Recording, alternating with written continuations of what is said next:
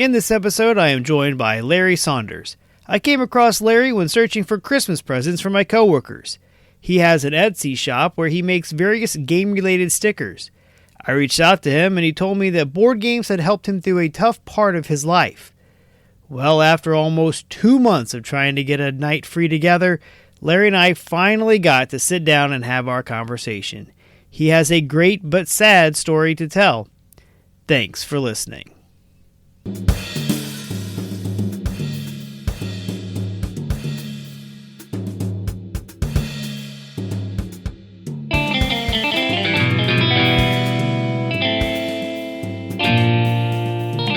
All right, welcome back to Lunch and Board Game. I'm your host, Adam Collins, and with me today is Larry Saunders, who is a board game enthusiast and Etsy shop owner who I met via Etsy while buying some stickers.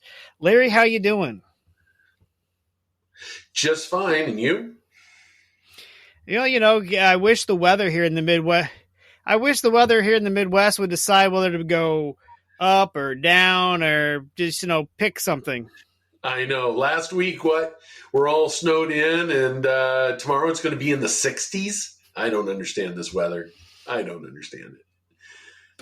No, it's definitely not something I think anybody understands, other than we just know not to get too comfortable with the way it currently is. Like they say in Nebraska, if you don't like the weather, wait a day. That's right. What is it where I like the Midwest, where I can experience all 4 seasons in the same day? It's true. It's true. So, Larry, as I said, I came across your Etsy shop. What's your shop name? Total Game Crafting is the name of the shop. And originally, I thought I would be doing more crafting-based supplies, but life happens, and sometimes bad actors get in the way, and you wind up with, what can I do to support the community and be involved in the community? And I wound up with, print on demand and stickers and things of that ilk. So, no, absolutely. I picked up a handful of them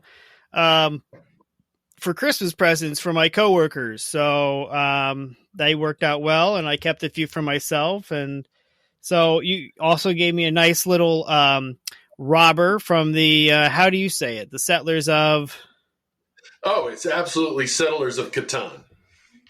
All right. Because it certainly is.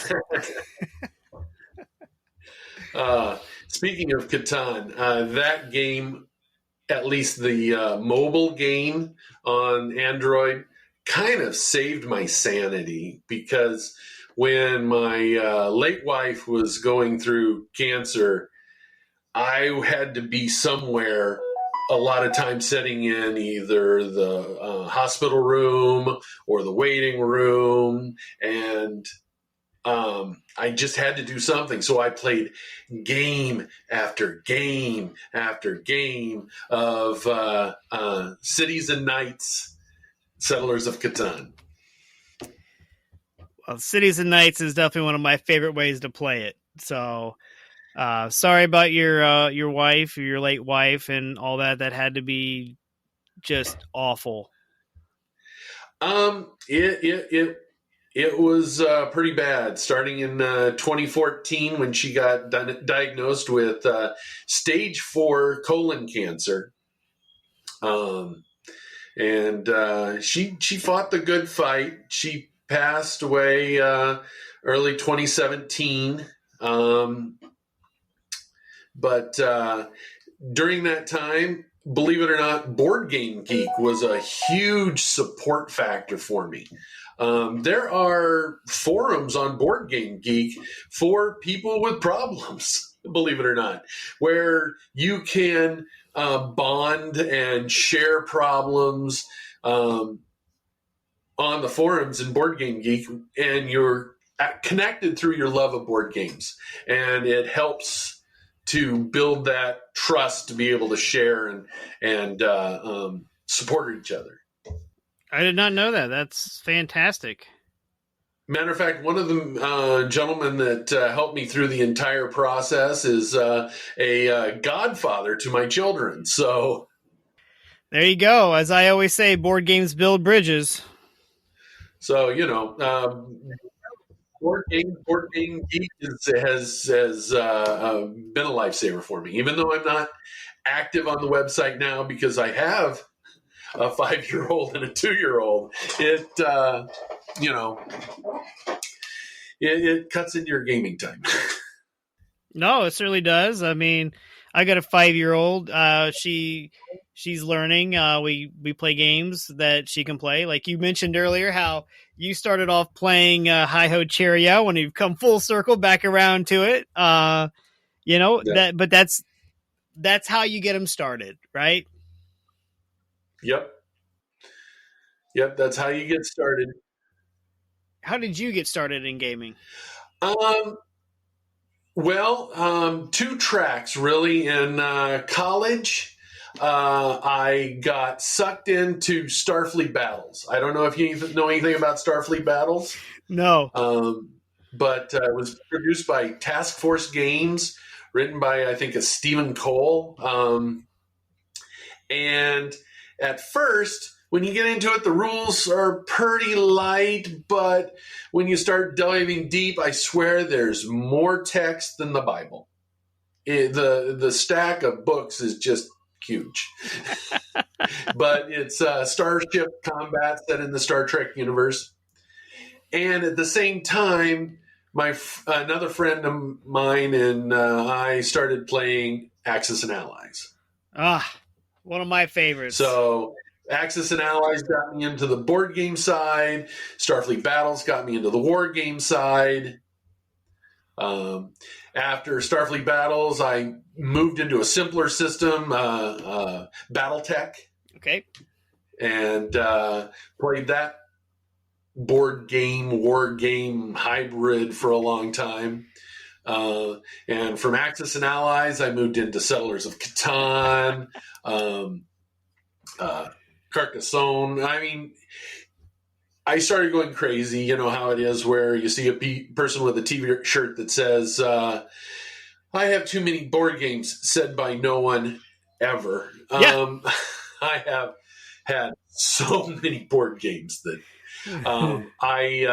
when I lost my late wife and got a little broken in the head and had to run away, I quit my job and ran away to the farthest place I could find on the planet that still spoke English.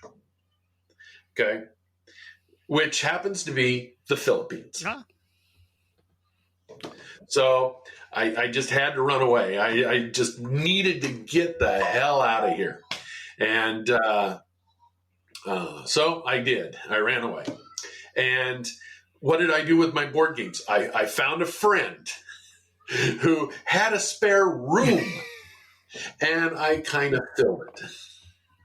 Well, I mean, nothing wrong with that.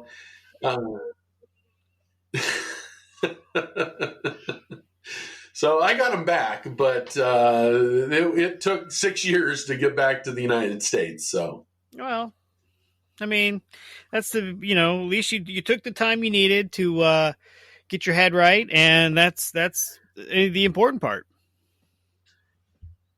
Yep, met a woman who skillfully put me back together. So excellent.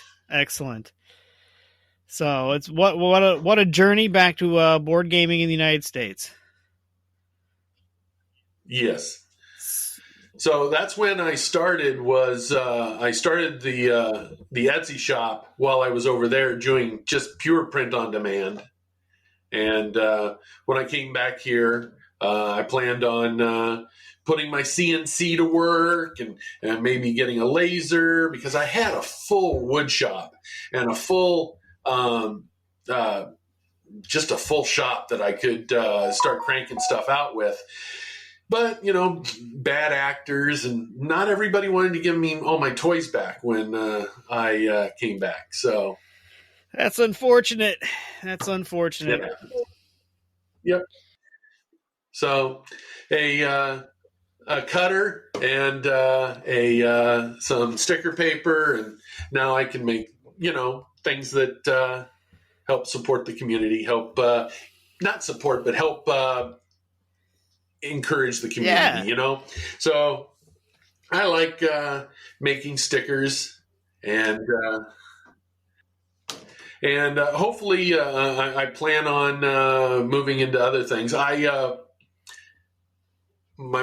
wife encouraged me to get a 3D printer, and I thought, what am I going to do with that? And then I decided, well, I can make things that other people designed, but I'm not one of those people. I have to make the designs myself. So I started making like D&D meeple sugar cookie cutters, Nice. for Lords of Waterdeep. So nice. If you, that's the 4-inch size, but I made them all the way down to 2-inch. So if you really wanted to make enough cookies, you could play Lords of Waterdeep with cookies. I don't know. And then I also made like meeples, and other things. No. And believe it or not, the stickers sold well, but the cookie cutters sold very well to start with. So my wife actually encouraged me to open a second shop that did nothing but cookie cutters. Hey, so that's support I've got a right second there. Shop that just does lots of cookie cutters. No, that's a good support. And the funny thing is, yeah, the one thing that doesn't sell on the new shop is the Lord of Waterdeep D&Deeples. I don't know. They did really well on the other shop, but moved them over to the cookie cutter shop. Nothing. So I think I'm going to have to move them back. So. No, I actually like the meeple with the I call dibs on whatever color. I'm actually kind of retooling that design. I'm a type 1 diabetic, and I'm going to get a tattoo on my wrist that said that of that, and this says type 1 diabetic, insulin dependent across the banner instead. That would be great. I could easily do that if you want it. So yeah, I'm gonna. I've been meaning to get a tattoo for a while. I can print anything. Yeah. Oh, and so you're diabetic, huh? I was diagnosed with type 2 diabetes, and they originally had me all the way on the insulin and pills, and I've gotten to the point now where I can keep my blood sugar around 120, 115 just through diet. So hey, and I've lost 45 pounds. So holy cow, that's a lot. That's good for you. So what is your current favorite game? What game is currently out on your table? It has to be still Stone Age is by far my favorite.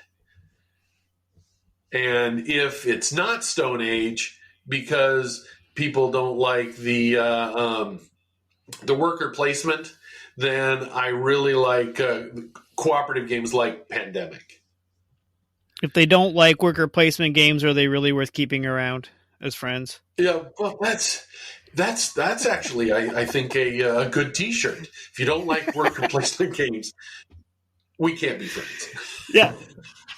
It was nice knowing you. It was nice. No, one of my favorite games. I like Stone Age. I like Lords of Waterdeep. But one of my favorites, probably my favorite worker placement game, is Champions of Midgard. That's my favorite. Back that on Kickstarter. Back the expansion on Kickstarter. I loved Champions of Midgard. Got the neoprene mat for the Champions of Midgard. I got all the. Hey, the neoprene. I'm not usually one for neoprene mats. I think that they just take up space. I don't have a lot of space. I'm constantly battling my wife for every inch, every shelf I can get. But I think the neoprene mat for Champions of Midgard just makes the setup so much nicer for any of the expansions you want to play. It does. It really does. I love that. Good old Kickstarter. It's a good way to lose a lot of money. Yeah, it is. I'm trying to keep myself off Kickstarter because I think it's kind of an addiction. I mean, there's people who go to Vegas and there's people who go to Kickstarter. Yeah, that's exactly. And I'm going to shock a lot of people when I say I have not backed anything yet this year. I know we're only 30 days in, but that's a huge accomplishment for me. Is I have not backed anything yet this year, and I'm a super backer, so I might actually lose my super backer badge if I don't get back into it. But I'm trying to slow down because I had so many out there. Knock on wood, I've only had one or two not fulfill, and I backed over 200. So you're lucky. Yeah. Yeah, I'm not a super backer, but hi, my name's Larry, and I haven't used Kickstarter now for 90 days. Yeah. Hey, I haven't backed anything yet this year. I can say it. I'm trying.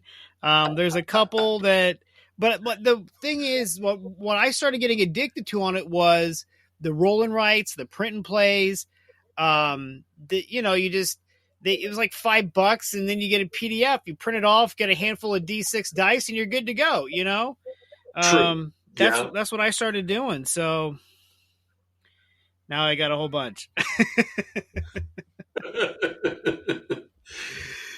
You know what they say is if you've played every single game in your collection, you're not trying hard enough. That's you right. need to own lots of games you haven't played yet. I have 70. That you haven't played? They're all on a shelf right here. Oh, yeah. They're all right. They're just off screen. That is one organized man. I have a literal shelf of shame. The whole point of this shelf right here is to remind me how bad I am. I have quite a few in my shelf of shames. I have some big ones, like Mansion of Madness, still in shrink. Time Stories, still in shrink. I just can't get the time to play with my friends with games like that, But yeah, for me, I hear you. The big pile of shame for me is my RPG side. I have weighed my miniatures, and I have over 45 pounds of shame.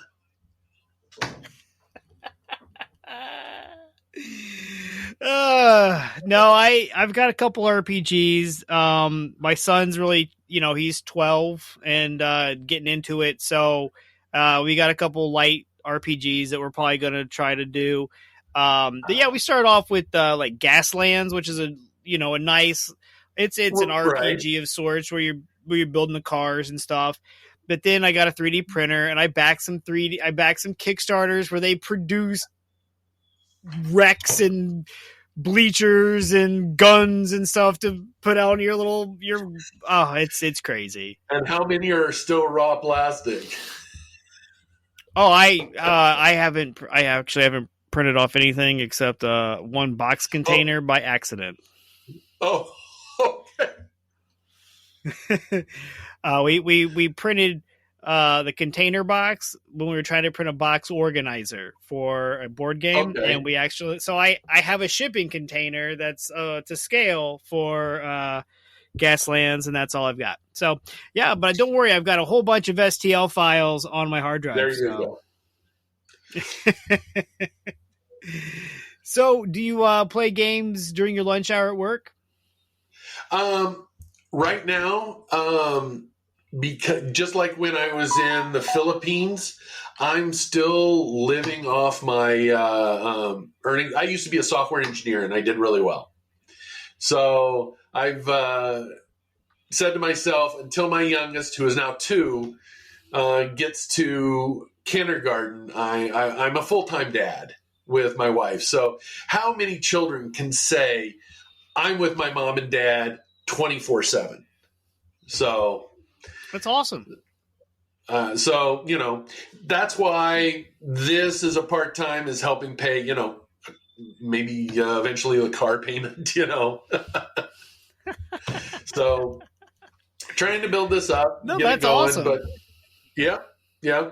So software was very good to me. The company I was with was very good to me. Hated to leave them, but to tell you the truth, when you work for a company that you absolutely adore and your mind is so scrambled that you can't concentrate, you can't put words together on the keyboard, you just stare at the screen and you're supposed to produce. I mean, I survived a year that way without producing, and my team did all my work for me, all my work. And my manager let me leave whenever. I mean, I was in the office maybe 2 days a week. I just couldn't sustain that. I didn't want to burden them. And that's when I ran away, because I said, I love this company too much to bring it down or have them have a bad opinion of me, because I was there for 19 years. So, I mean, that's a good company right there. yeah, they're rare. They really are rare. But when you find them, especially today. yes. Yeah. Yeah.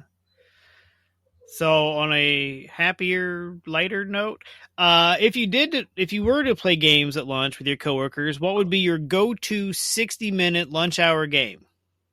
Well, we did play board games before I left, and Excellent. the go-to game that was almost a rush trying to get through, and towards the end we could do it, but there were lots of times when we just packed up halfway through because we were learning the speed of it, and that was Shadows over Camelot.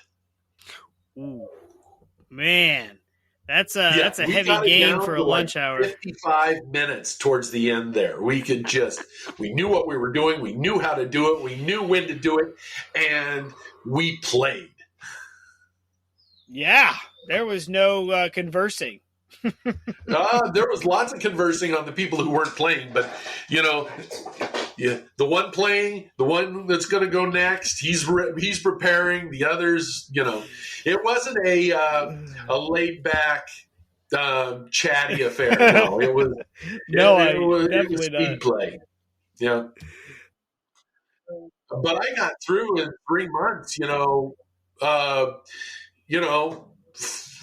Well, what?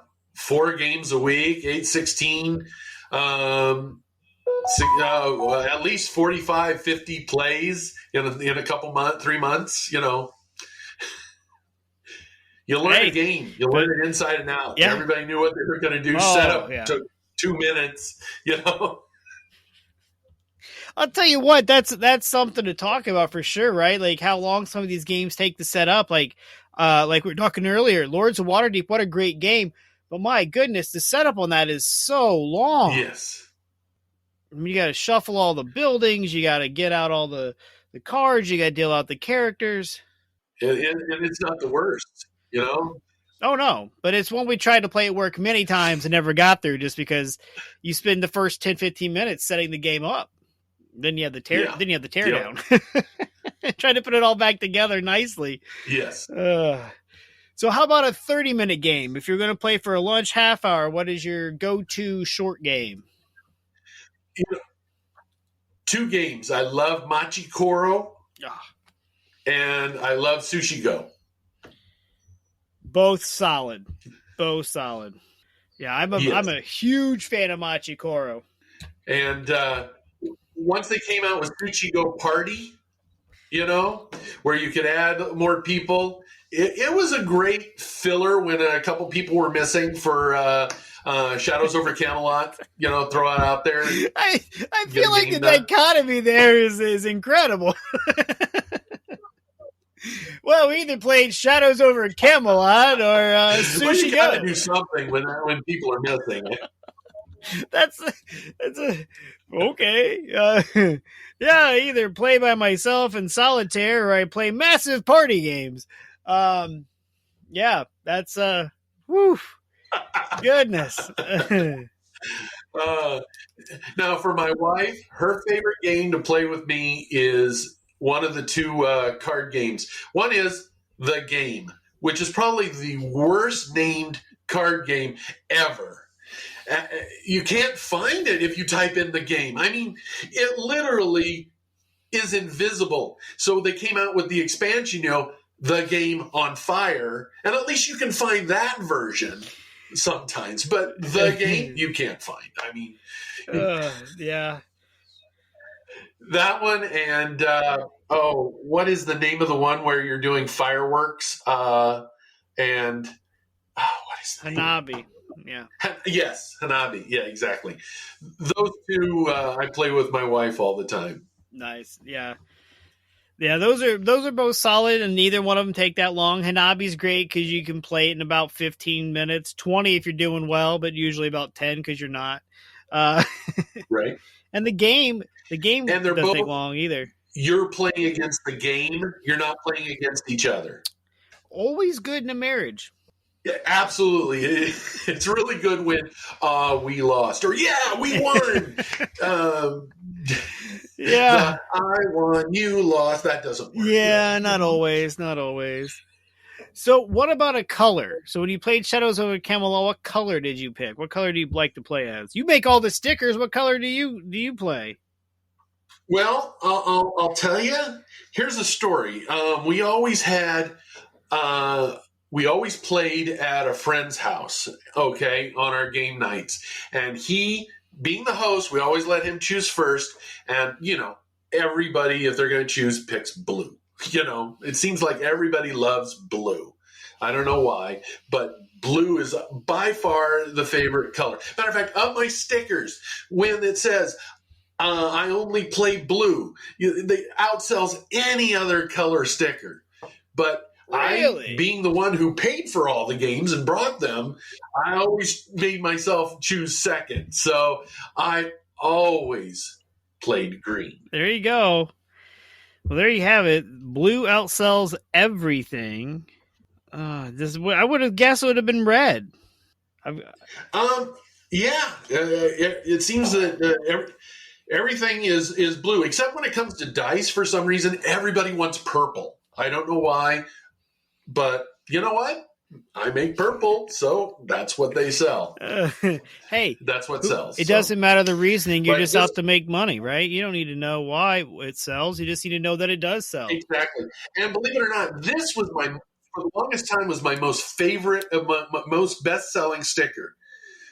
It's fine. I'm fine. Everything's fine. And you roll a 1, critical failure. Oh, man. But in purple. I don't know why, but. Oh, no, I have on my laptop, I have the I only play red on my laptop. And then on the inside, I have the Robber from the Settlers of Catan, the 2 stickers that I have currently adorning my computer. So. Yeah, I like to make stickers that are sometimes fatalistic. Like I always roll a 7. Yep, you gave me one of those, showing the robber with him. Yeah, you gave me one of those, and I mailed it to my friend.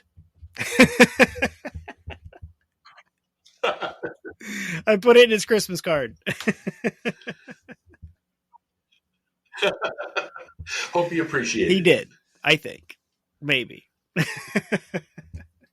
So when it comes to Kickstarter, you said you're a backer for sure. Have you ever been a creator or put anything up on Kickstarter yourself? I have had plans to do that for a long time. I've got lots of ideas, but I haven't pulled the trigger yet. So I want to. I really want to, but it's a lot of work. It is. My board game company, we put together one game in its expansion pack. And this year we have 2 games coming up that we signed from other designers. So we're stepping into the publisher realm, and we'll be bringing out at least 2 new games from 2 new designers. And then we have our own game coming out this fall. So Kickstarter it is. So you went from a user to a dealer. Wow. Yeah. They say that's the progression, Yeah, yeah. You get high on your own supply. That's Yeah, so we'll see how they go. It'll be fun. Like I said, one game we found I backed or I sponsored a contest through the Game Crafter, a make a lunchtime game, and so I took all the finalists to my office and we sat down and played them. And then as an office, we came up with what we thought was our favorite game. And then I talked to the designer and we're bringing it to market, hopefully in April. That would be great. You'll have to send me a link to that when. I don't know if I should. I know you're an addict. True. You don't want to enable. Okay. I understand. I only made one game. A card game. You ever play Nuclear War? No. By Flying Buffalo? You're not the first person to bring it up. Maybe I should look into this game. It's a fun little game where you run a country and you have population, and that's essentially your score. And when you go to zero, you lose. And it's about just taking other people's points, away from them. And I thought it's a fun game, but it's kind of a dark theme. So I created my own version of it with sheep. Sheep. Instead of nuclear bombs flying across to destroy people, I had sheep building catapults and escaping the pasture. There you go. And it was a fun little kids game, lighthearted. But when it got to the art part, I tried to look for an artist, and it's like, nope, I'm not going to. Nope, that is so I expensive. set up on a shelf and gathered dust. Yeah, art is not cheap if you're not an artist, and if you are an artist, find a game designer you'll never want for work. That's true. Absolutely. Oh yeah, I'll tell you though. I just looked it up. Nuclear War, 1967. Not a new or 65. Not a new game. So I will. I found it for cheap. I might be picking it up later this week. Though I said I'm not buying any more games until March. Which is, by the way, one of the reprints. The reprint I backed on Kickstarter. So I like how I think he's coming full circle in our conversation here. It always does. But I told myself I'm not going to buy any more games until March, so we'll see if I can do it. I don't have a lot of faith in myself. I do want to get this shelf of shame under control. It is kind of looming, but I can't help it. I mean, what gets me here lately is just, the pandemic, and everybody played a lot of games, and then everybody cleaned out a lot of their closets and their basements and their attics, and then they put up all the stuff they don't want anymore. And, I'm like, well, I want that game. Oh, $10. Yeah, I'll go pay $10 for this guy's game. And now I've got like all these games. I didn't spend a lot of money on them. I spent like $10-$20 a piece. So I just spent $10 and $20 a lot of times. Right. Right. Oh man. Yeah. So we'll see. It's like going on those little sites that go, well, you can buy this little upgrade. It's only $5, but you get fancy meeples. You get nice metal pieces and $300 later, you go, maybe I shouldn't have bought so many. Yeah, and you're like, and all I needed was a replacement part. Yeah, exactly. The dog ate my road, and now I've got $300 worth of parts coming. Yeah, that's the way it goes. But you're right. I mean, that's exactly how they get you. They get you on these like P&P Arcade, another site I talk about all the time. Print and Play Arcade. they're like $3 for a print and play. It's like, oh, it's only $3, but when you buy 10 of them, that's $30. Yeah. I started to try to find replacement parts with my Axis and Allies game because I lost a few pieces over the years.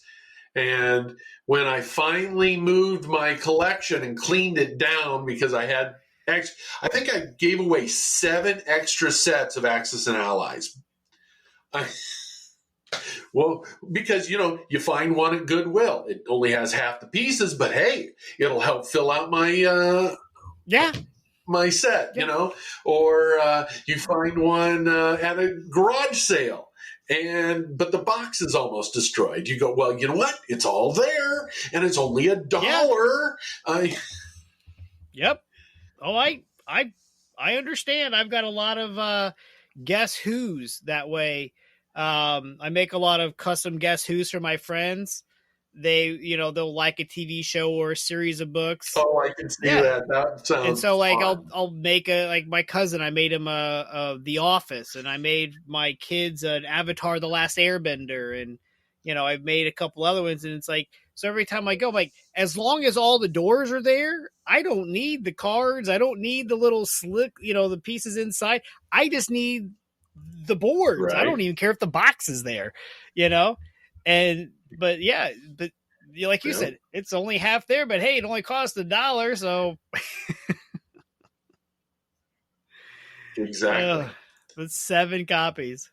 I used to repurpose Monopoly boards as clocks for game rooms. So I've seen that. I'd either use a full Monopoly board as a large clock or cut it into quarters and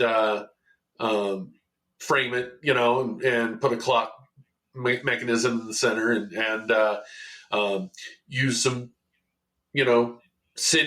houses for the except for the 12, 3, 6, and 9, and use hotels for those. And you could generate those for one box. It'd produce 4 clocks, and you would pay 50 cents or $1 at Goodwill for it, and the clock mechanism for $1, and I would turn around and sell them for $20, $30 for somebody's game room.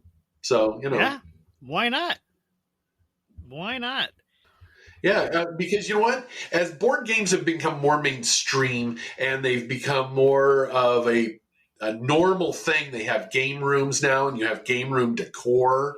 And I actually have some printables on the website that people would buy pictures of just a meeple, in high resolution. They'd print it out at home, put it in a frame, and put it on their wall, just so that they can add a little gaminess.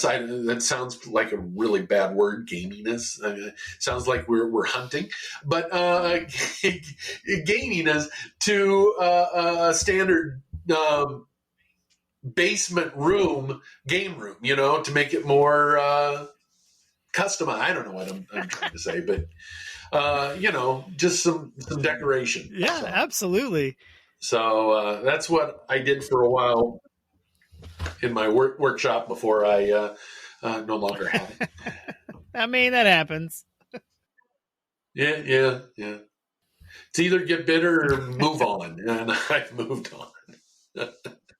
No, I hear you. Sometimes you just gotta let stuff go, and I used to have a lot of movies, and I feel like I've gotten rid of a lot of my movies and moved on from all those, and moved on to board games, which take up a heck of a lot more space than movies, but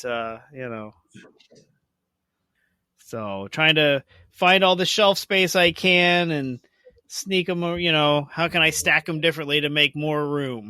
That's like a giant Tetris game here, Yeah. whatever I can do There's to a make more room. whole subsection on Board Game Geek of how to make smaller boxes for various games. I'm not into that as much as I like to be able to. I like it when I can put an expansion into the base game. That's one thing I really liked about Pandemic is the games were made in a way that for at least the first two expansions, you could fit all the pieces in the original board, original box. Oh, Well, unfortunately, it looks like we lost Larry there to a bad internet connection. We will put links to his Etsy shop, which was Total Game Crafter, in the show notes. As usual, you can always reach out to me at facebook.com/eatlunchandboardgame. Email me at eatlunchandboardgame@gmail.com. And remember, board games build bridges.